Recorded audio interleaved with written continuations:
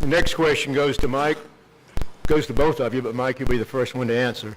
It was announced on Thursday that the Department of Education signed a 5-year contract with McGraw-Hill to develop new tests based on Common Core standards.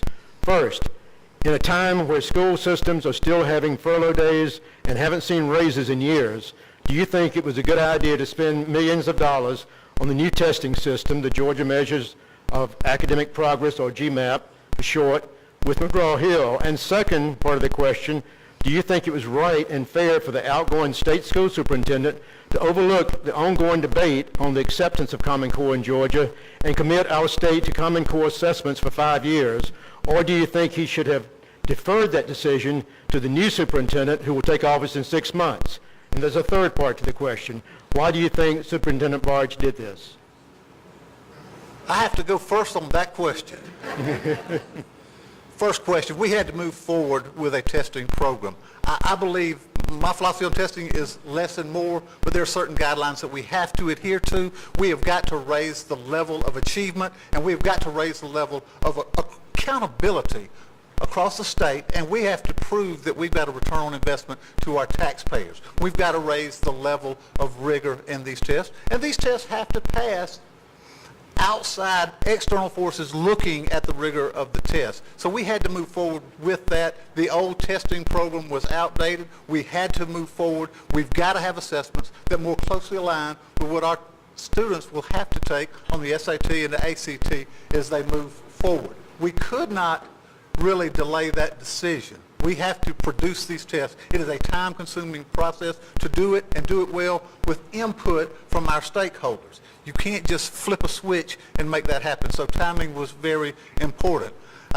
Should Dr. Barge have made the decision at that time frame? The reality of the situation is we had to move forward with this testing protocol in order to have it ready to meet the guidelines that we are faced with.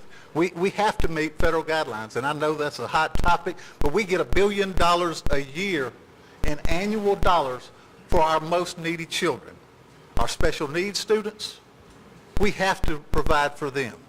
For our Title I students that are coming from homes where they don't have the support they need, if we don't have a good system in place, we can't turn back $1 billion every year and expect our districts to be able to do what they need to do to help those young people. Richard, same questions. In regard to the test itself, I thoroughly reject the notion that we had to do this. You know, one of the things we look at is that for us as the state of Georgia, constitutionally speaking, we have the constitutional right to dictate what goes on in our state. Now, for me as an individual, individual that works with testing and this nature, you know, when I look at what we are doing and the waste that we have seen, you know, this is an absolute waste. We had to first decide what we are actually going to teach our kids. The first thing, again, soundly, as you look at educational doctrine and data, you make sure that you look at what you are actually going to teach the kids first, you know, and then you begin to construct the test. And so I think we made a gross misstep there because it seemed that it was an act that, you know, definitely tries to do more in locking us into Common Core than continue on the debate.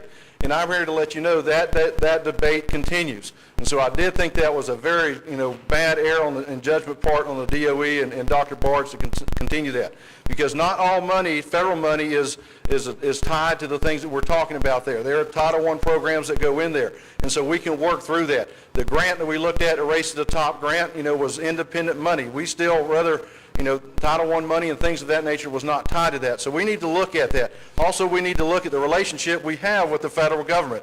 You know, and that's why I suppose we do a complete audit across the state to see what is the funding that we actually are responsible for, and to make sure that, you know, we are getting the bang for the buck. We may actually be spending a lot more money across the state than we actually need to, and from what we're getting from the federal government. So we have to look at do some things that are smart, because this takes us down a path, and we're looking at our kids. Remember, you know, the one thing we talk about is the test, the test, the test. And I can tell you as an individual who's coming out of No Child Left Behind with the CRCT and things of that nature, we need to go back and refocus this about the kids, the kids, the kids. And that's where our judgment and that's where our decisions need to be made and focused on. And that's my commitment as your next state school superintendent. Thanks.